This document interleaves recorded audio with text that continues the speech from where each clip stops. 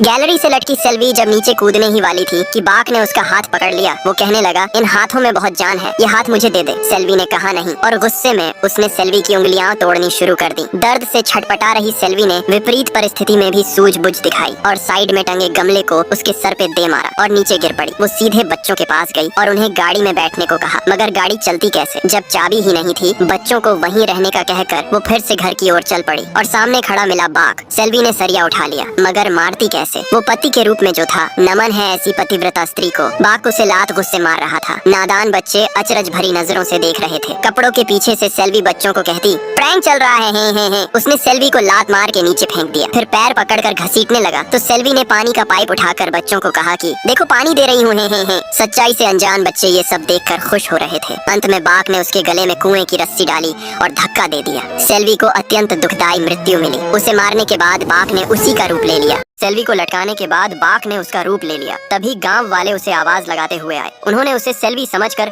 पति की मृत्यु की सूचना दी। बाघ सेल्वी की ही तरह चिंतित होने का नाटक कर उनके साथ चल दिया। वो कैमरे वाला लड़का भी ये सब देख रहा था। इधर कार में बैठे बच्चे माँ का बहुत देर से इंतजार कर रहे थे। तब शक्ति अपने भाई को वहीं छोड़ कार से बाहर आई देखने कि आखिर चल क्या रहा है। लेकिन जब उसने कुएं में लटकी अपनी माँ को देखा तो चक्कर खाकर पीछे की ओर गिर गई। लड़का वीडियो रिकॉर्डिंग करते करते अंदर आ गया तो उसने शक्ति को कुएं के पास पड़े हुए देखा। उसके सिर में चोट लगी थी। लड़के ने कुएं में झांक कर देखा तो उसे सेल्वी की लाश दिखी, जिसे उसने अभी अभी लोगों के साथ जाते देखा था। सबसे बड़ा सवाल ये था कि बाघ बच्ची को मारने आया था तो फिर वहाँ से चला क्यों गया? इसी बात का पता लगाने आया एक तांत्रिक। उसने जानने के लिए सेल्वी के घर के बाहर तंत्र मंत्र करना चालू किया। तब उसे पता चला कि कोई अनजान शक्ति घर के अंदर मौजूद है, जो घर में किसी और शक्ति के प्रवेश में बाधा है और ये सेल्वी की ही आत्मा है जो अपने बच्चों की बाघ से रक्षा कर रही है। लेकिन ये तांत्रिक कौन है, जानेंगे अगले पार्ट में।